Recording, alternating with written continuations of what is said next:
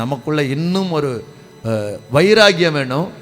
என்ன வைராகியம்னா, சோத்திரம், அருமையான லூக்கா சேகர் அவருடைய மகன் மரித்து மருத்துவமனையில் வச்சுட்டு ஆராதனை நடத்தி முடிச்சுட்டு போய் அடக்கம் பண்ணினார். அல்லேலூயா. அது பாஸ்டருங்க. நாங்கள் விசுவாசி அப்படியெல்லாம் இருக்க முடியாது இல்லையா? அது பாஸ்டர். அவர் பாஸ்டர்மா சொன்னாங்க, இதெல்லாம் நமக்கு சோதனைன்னு சொல்லி.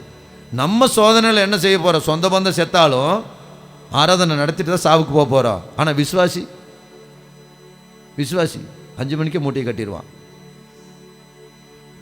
என்னதுங்க? விசுவாசி என்ன செஞ்சிருவான்?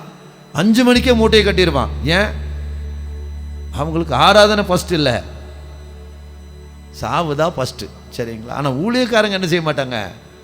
ஆராதனை முக்கியம், கர்த்தர் முக்கியம். ஆனால் நான் என்ன சொல்கிறேன்னா, விசுவாச மக்களும் அந்த வைராகியத்துக்கு வர வேண்டும். அல்லேலூயா. விசுவாச ஜனங்களும் எனக்கு கர்த்தர் முக்கியம், கர்த்தருடைய ஆராதனை முக்கியம், கர்த்தருடைய நாள் முக்கியம். அன்னைக்கு ஆராதனை முடிச்சுட்டு நான் என்ன செய்வேன்?